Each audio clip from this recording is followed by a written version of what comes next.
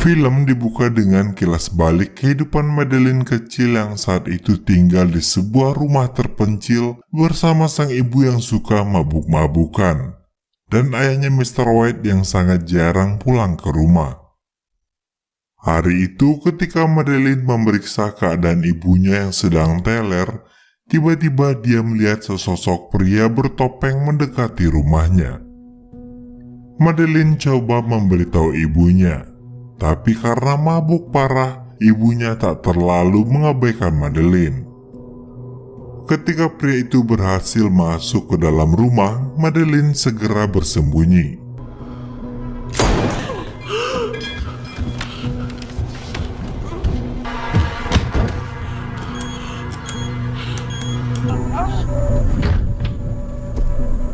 Is Mr. White home?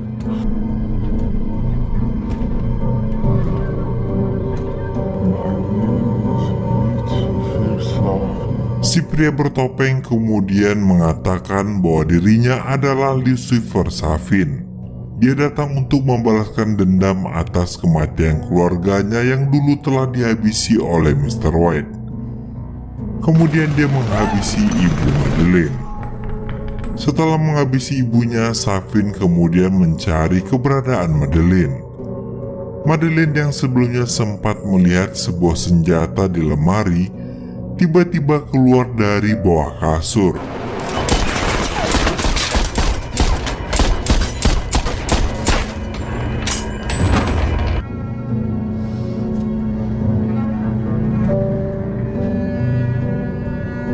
Ketika Madeline menarik mayat Safin, ternyata dia belum mati dan terbangun dari pingsannya.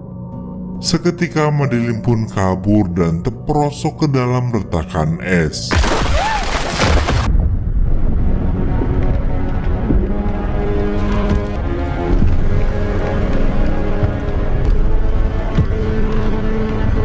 Namun entah apa yang ada dalam pikiran Safin saat itu, ketika melihat Madeline terjebak tak berdaya, Safin malah menarik dan menyelamatkannya sebelum pergi. Kemudian cerita kembali ke masa sekarang. Saat itu, Bond dan istrinya Madeline sedang menikmati bulan madu mereka di sebuah tempat di Italia. Mereka menginap di sebuah hotel tempat orang-orang biasa membakar secari kertas berisikan rahasia dan impian mereka. Dan hal itu pun dilakukan oleh Madeline.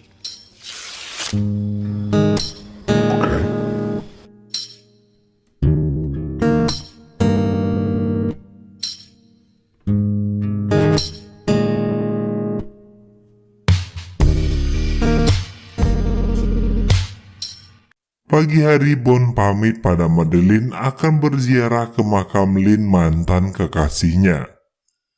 Lynn adalah kekasih Bond yang tewas dalam film Casino Royale. Sesampainya di sana, dia diantar oleh seorang remaja, lalu kemudian meninggalkannya.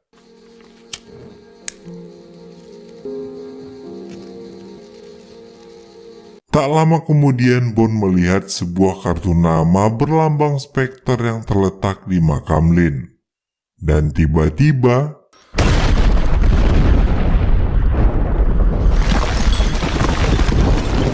beruntung Bond selamat dari ledakan tersebut. Kemudian mencoba menghubungi Madeline. Namun tak diangkat. Bond pun segera bergegas kembali ke hotel. Tapi tiba-tiba anak buah Spectre bermunculan dari berbagai arah dan terus mengejar Bond.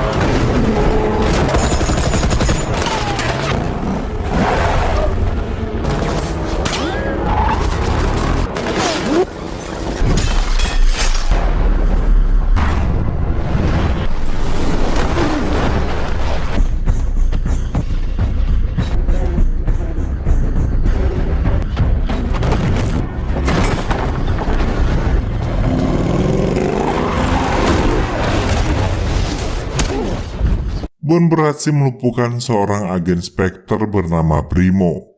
Dan dia mengatakan bahwa Mr. White, ayah dari Madeline, adalah bagian dari Spectre. Yang membuat Bond menganggap bahwa Madeline adalah bagian dari semua ini.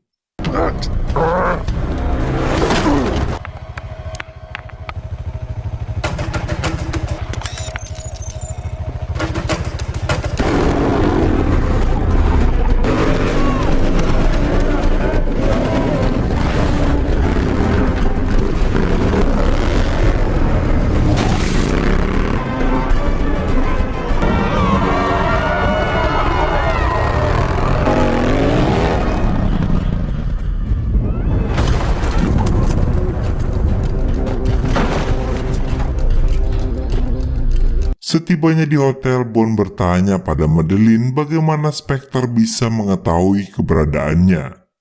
Bond mencurigai Madeline, tapi Madeline mengatakan dia tak melakukan apapun. Kemudian Bond segera membawa Madeline pergi. Saat di mobil, Madeline ingin mengatakan suatu rahasia pada Bond. Tapi sebelum sempat mengatakannya, Bond langsung menancap gas kendaraannya. Ternyata anak buah Spectre terus mengejarnya. Tiba-tiba handphone Madeline berbunyi. Dan ketika diangkat ternyata itu adalah panggilan dari pimpinan Spectre, yaitu Franz Oberhauser alias Blofeld, yang merupakan kakak tiri dari Bond sendiri. Di sana Blofeld mengucapkan terima kasih atas pengorbanan Madeline, dan itu pasti akan membuat ayahnya bangga. Tiba-tiba Bond yang merasa dikhianati menghentikan laju mobilnya.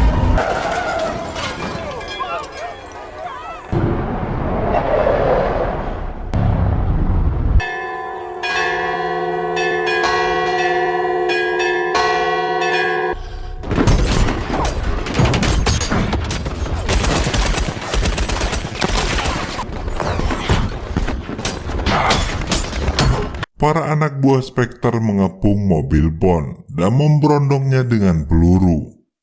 Salah satu agen Spectre yang bernama Primo tadi yang ternyata masih selamat tampak memfokuskan tembakannya ke arah Madeline. James!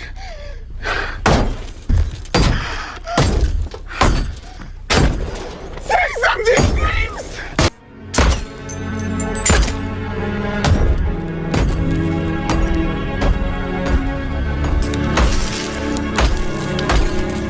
Dirasa cukup memahami situasinya, Bond kemudian mulai melakukan drifting dan mengeluarkan senjata canggih dari lampu mobilnya. Setelah mengeluarkan asap tebal untuk mengelabui anak buah Spectre, akhirnya Bond dan Madeline berhasil melarikan diri. Lalu Bond berhenti di sebuah stasiun. Bond mengantarkan Madeline naik kereta api. Kemudian dia mengatakan bahwa mereka tak akan pernah bertemu lagi.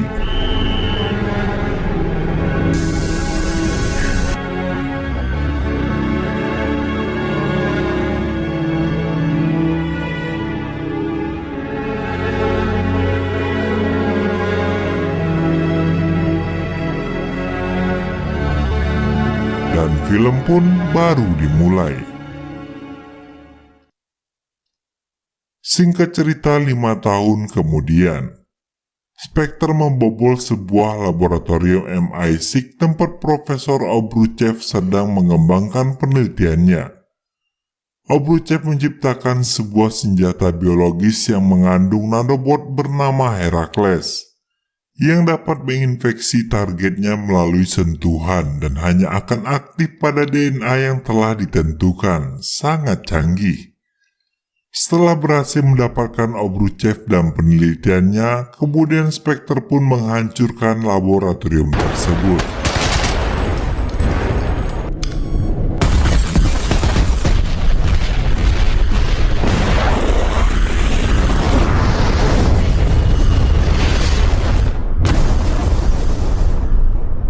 Berpindah ke tempat lain, terlihat Bond yang tinggal di sebuah tempat terpencil di Jamaika.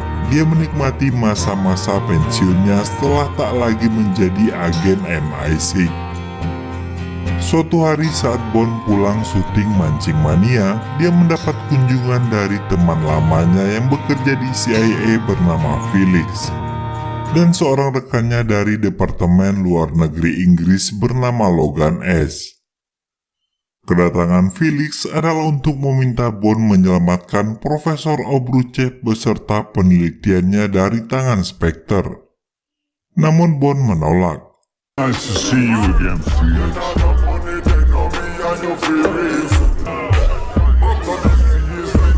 Ternyata di sana juga ada Primo yang menguping pembicaraan mereka. Dan Bond juga berpapasan dengan seorang wanita cantik versi Uganda yang merupakan salah satu agen dari MI6. Ketika akan pulang, Bond mengalami masalah dengan mobilnya. Kemudian si wanita bule yang diketahui bernama Naomi tadi menawarinya tumpangan. Sesampainya di rumah Bond, barulah Naomi mengatakan bahwa dirinya adalah agen yang menggantikan Bond sebagai 007 di MI6. Kedatangannya adalah untuk meminta Bond untuk tak ikut campur dalam masalah Obruchev. Cut to the chase. Lalu Bond menghubungi M untuk menanyakan apa yang sedang direncanakan M dengan mempekerjakan Profesor Obruchev. Kembali M mengingatkan Bond untuk tak ikut campur dalam urusan ini.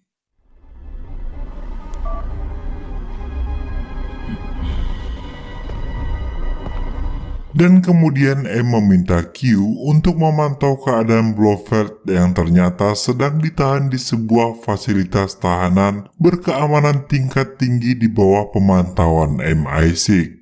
He only speaks to a psychiatrist. I know, the lie feeds what I want.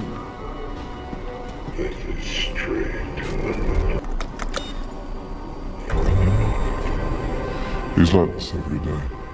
Mad as a bag of bees.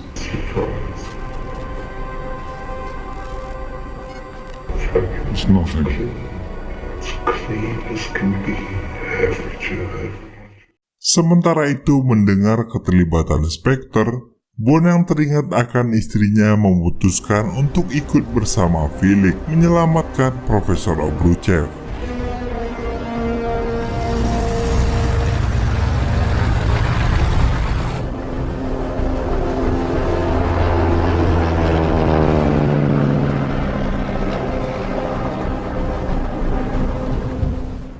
Bond berangkat ke Santiago menemui seorang wanita cantik bernama Paloma yang akan menjadi pemandunya selama menjalankan misi ini.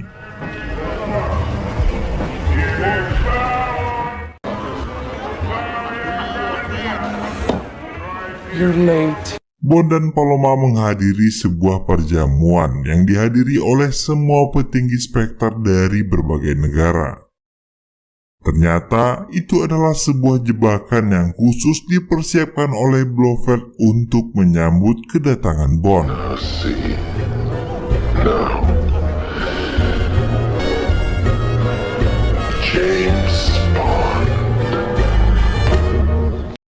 Obruchev diperintahkan untuk menyiapkan racun Herakles dengan memasukkan DNA Bond. Tapi sepertinya Obruchev punya rencana lain. Diam-diam dia malah mengganti profil DNA Herakles tersebut, sehingga ketika Herakles diaktifkan, hal itu justru membunuh semua para petinggi Spectre yang ada di sana. It's too late.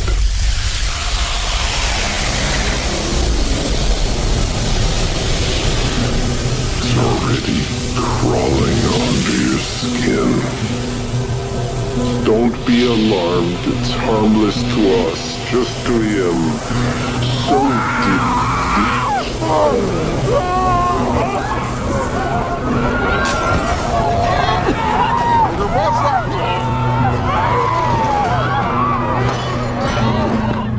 Dalam situasi kepanikan, Obruchev mencoba melarikan diri. Bond dan Paloma yang menyadari hal itu berhasil menangkapnya dan mengamankan sebuah flash disk milik Obruchev. Sementara itu anak buah Spectre terus mengejar mereka.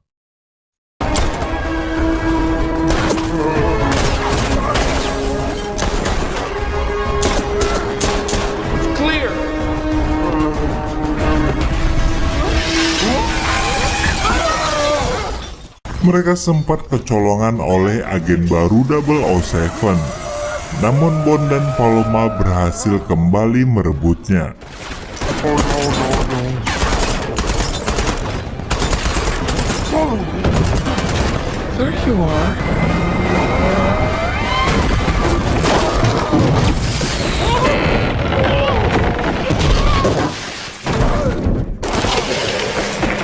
Setelah menyelesaikan misinya membawa Obruchev, Bond dan Paloma pun berpisah. Karena Paloma hanya diperintahkan untuk menemani Bond sampai di sini aja. Bond kemudian membawa Obruchev ke sebuah kapal, di mana di sana sudah ada Felix dan Logan yang sedang menunggunya. Bond kemudian menginterogasi Obruchev dan bertanya siapa yang menginginkan senjata kimia ini dan kenapa Spectre yang menjadi target mereka.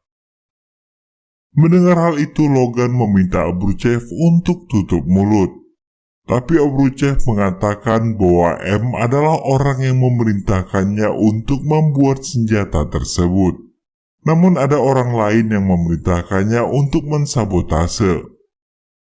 Karena Logan yang terus berusaha menyuruh Obruchev untuk tutup mulut, akhirnya Bond menyadari bahwa Logan adalah seorang agen ganda.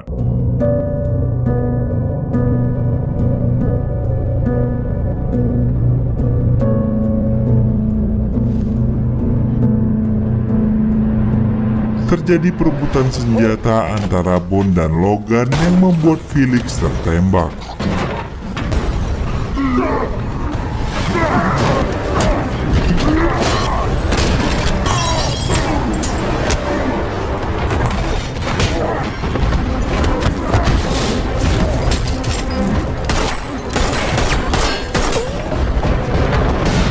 Akhirnya Logan berhasil mengunci Bond di ruang bawah kapal bersama dengan Felix.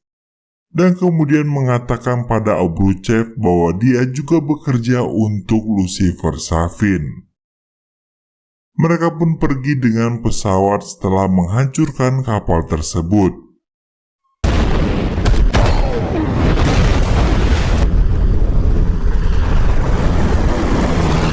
Bond coba menyelamatkan Felix, namun itu tak berhasil, dan Felix pun tewas. Felix.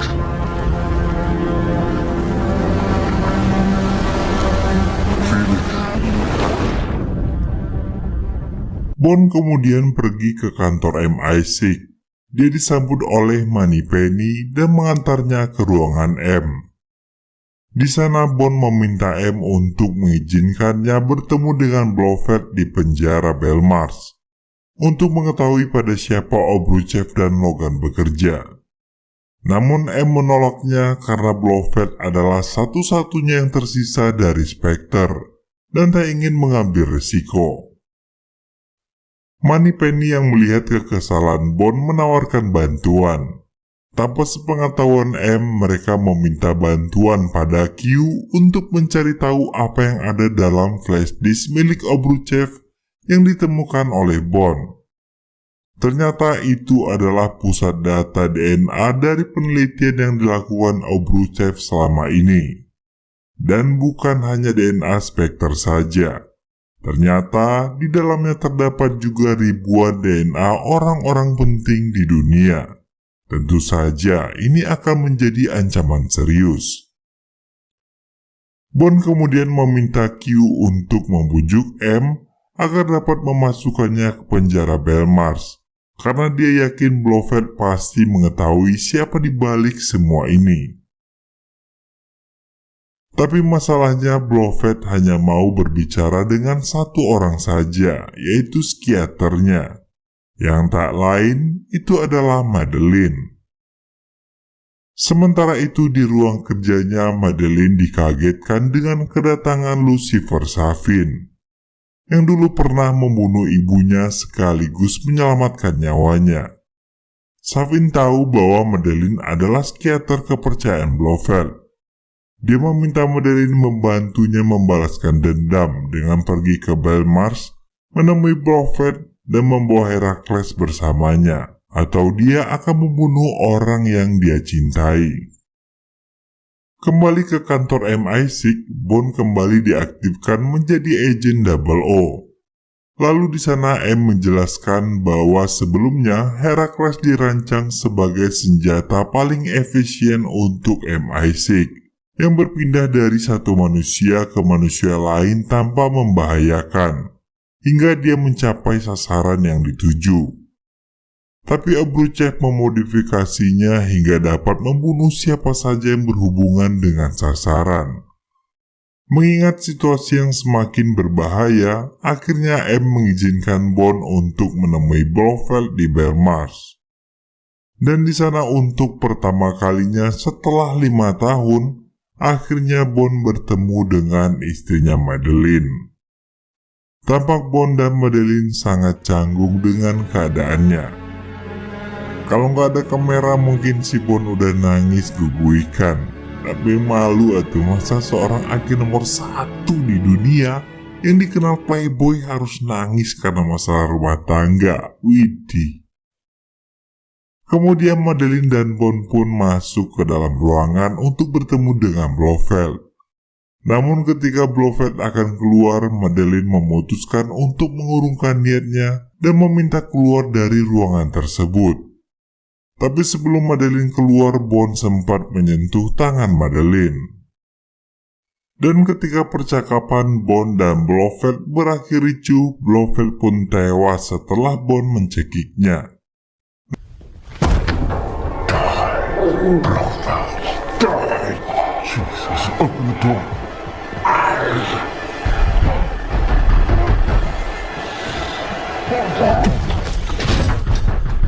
Namun sebenarnya bukan karena cekikan Bond, melainkan karena Heracles yang ada di tangannya. Q pun menyimpulkan bahwa Heracles tak dapat dikeluarkan dari tubuh Bond. Karena sekali dia terinfeksi, maka selamanya dia akan ada dalam tubuh Bond. Dan hal itu tak akan berbahaya jika Bond bukan menjadi targetnya. Kemudian Bond memutuskan untuk menemui Madeleine dan menemukannya di rumah masa kecilnya. Ternyata di sana Madeleine telah memiliki seorang putri bernama Matilda yang memiliki mata persis sama seperti Bond. Tanpa sepengetahuan Bond, ternyata ketika di Italia, sebenarnya Madeleine ingin mengatakan bahwa dirinya sedang mengandung anak Bond, namun tak sempat dia katakan. Tapi di sini Madeleine tak ingin mengatakan bahwa ini adalah anak dari Bond, sehingga Bond masih tak mengetahuinya. Bond hanya memiliki firasat dengan melihat mata dari gadis kecil itu. Lalu Madeleine membawa Bond ke ruang kerja ayahnya. Di sana dia memberitahu Bond mengenai masa lalu ayahnya dan seorang pria bernama Savin yang menjadi dalang di balik tewasnya Blofeld dan juga orang yang telah memerintahkan Obruchev untuk mensabotase Heracles. Dia juga memberitahukan bahwa Savin memiliki sebuah pulau keluarga yang dulu direbut oleh ayahnya. Dan Madeleine yakin bahwa disinilah pusat dari pengembangan Heracles. Mendapat informasi tersebut, kemudian Bond menghubungi Q untuk melacak Savin dan pulau yang dimaksudkan Madeleine dengan mengirimkan sebuah foto yang dia dapatkan. Kemudian setelah berhasil mendapatkan lokasi pulau tersebut, Q langsung menghubungi MI6 dan memberitahukan bahwa lokasinya terletak di perairan sengketa antara Jepang dan Rusia. Tanner juga menampilkan citra satelit Jepang yang memantau aktivitas mencurigakan di pulau tersebut. Bond yang sebelumnya meminta Naomi untuk melacak Logan mendapat koordinat bahwa saat ini Logan berada tak jauh dari lokasi Bond. Sehingga dia yakin bahwa Logan sedang mengincar Madeleine. Lalu mereka segera berkemas dan pergi meninggalkan rumah tersebut. Di tengah perjalanan tiba-tiba mereka dibuntuti oleh dua mobil tak dikenal. Bond segera mengambil jalur alternatif dan terjadi kejar-kejaran.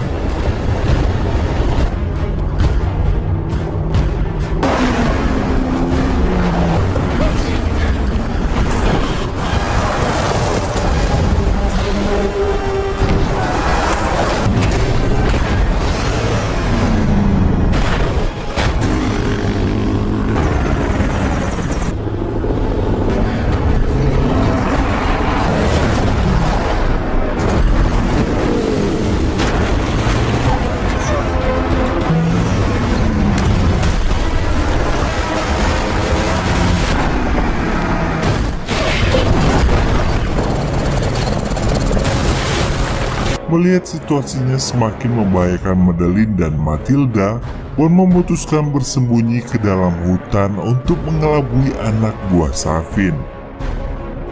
Bond meminta Madeline dan Matilda bersembunyi di sebuah pondok, sementara dia akan menghabisi anak buah Safin. This is me.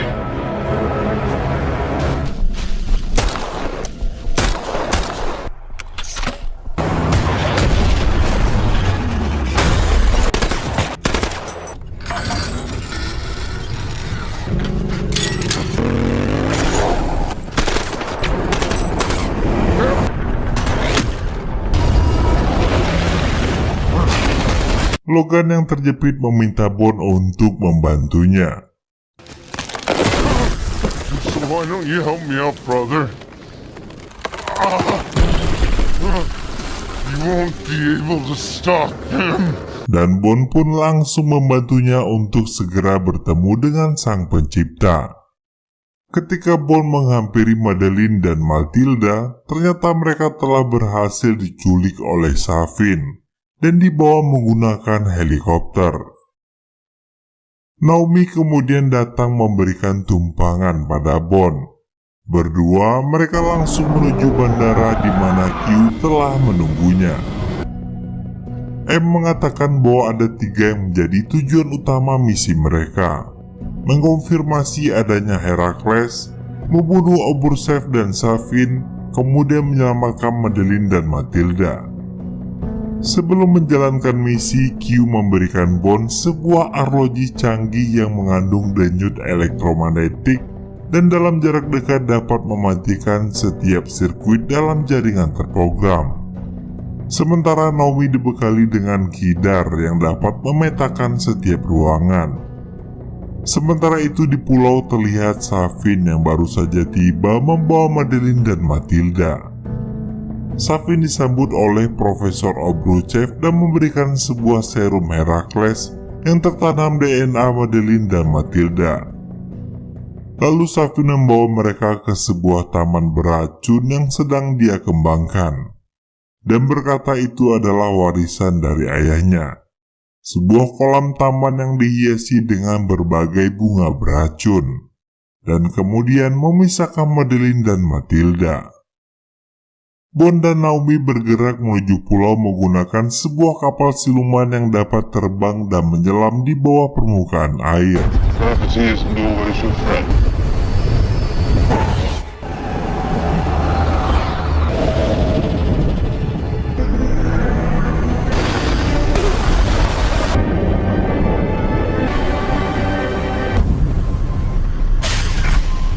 Sesampainya di pulau tersebut, Bond langsung mematikan kamera pengintai menggunakan arloji dan menyisir setiap ruangan dipandu oleh Q dengan bantuan pemetaan ruang dari Kidar yang dibawa oleh Naomi.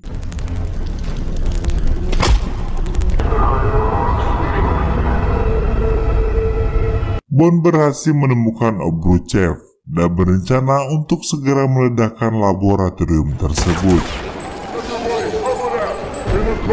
Sementara Madeline berhasil melarikan diri dari pengawasan Primo. Ketika Bond akan meledakkan laboratorium, tiba-tiba Safin menyuruh Bond untuk segera menyerahkan diri, atau dia akan menghabisi Matilda. Bond pun berencana menemui Safin dan meminta Naomi untuk menghancurkan tempat tersebut jika dia tak kembali.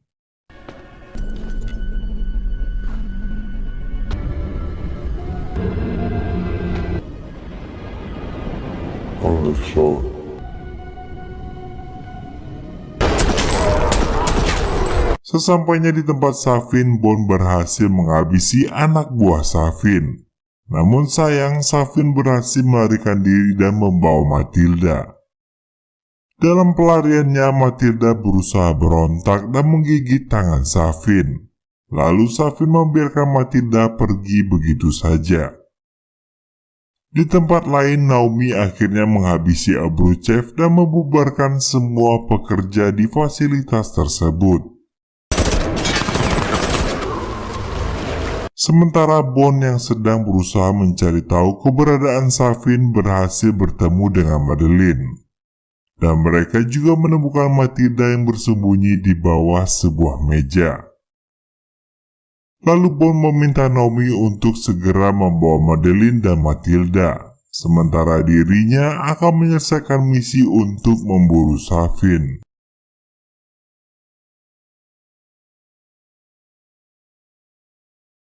Bond kemudian menuju ruang kontrol dan meminta Q untuk menghubungi kapal selam Angkatan Laut dan segera mempersiapkan rudal agar dapat menghancurkan fasilitas tersebut.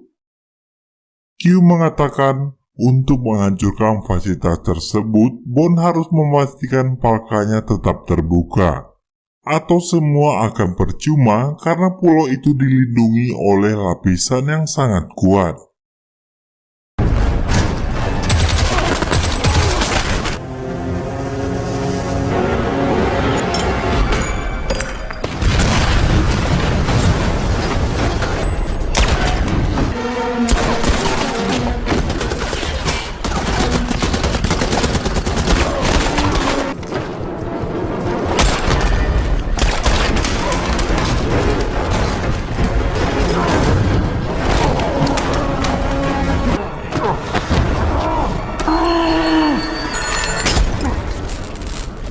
Lalu Bond pun berusaha membuka palka tersebut dan berhasil.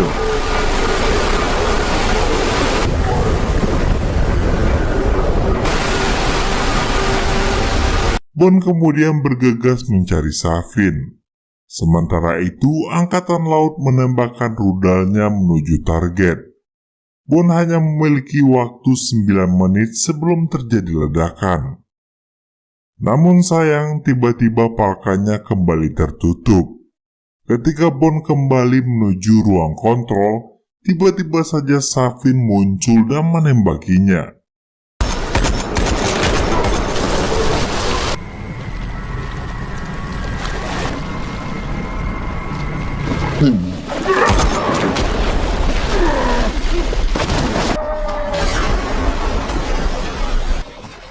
Bond berhasil mengalahkan Safin. Namun sayang Bond terkena Herakles, di mana jika dia bersentuhan dengan Madeleine dan Matilda maka itu akan membunuh mereka.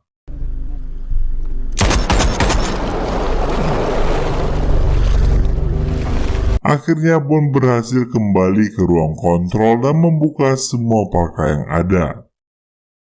Dan dia harus menerima kenyataan bahwa dia tak akan pernah lagi dapat menyentuh Madeleine dan Matilda.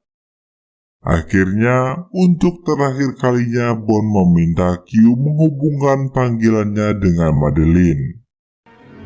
Di sana Bond berkata bahwa dia tak akan selamat. Bond berterima kasih pada Madeleine yang telah melahirkan dan menjaga anaknya.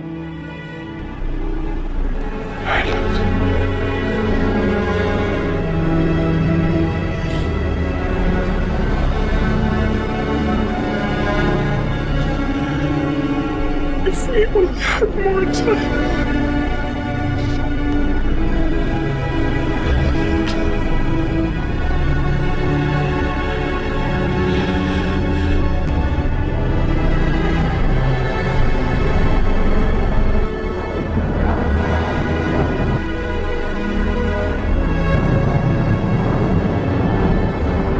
Scene ini pun diakhiri dengan Bond yang bersiap menunggu kedatangan rudal-rudal yang akan menghancurkan pulau tersebut.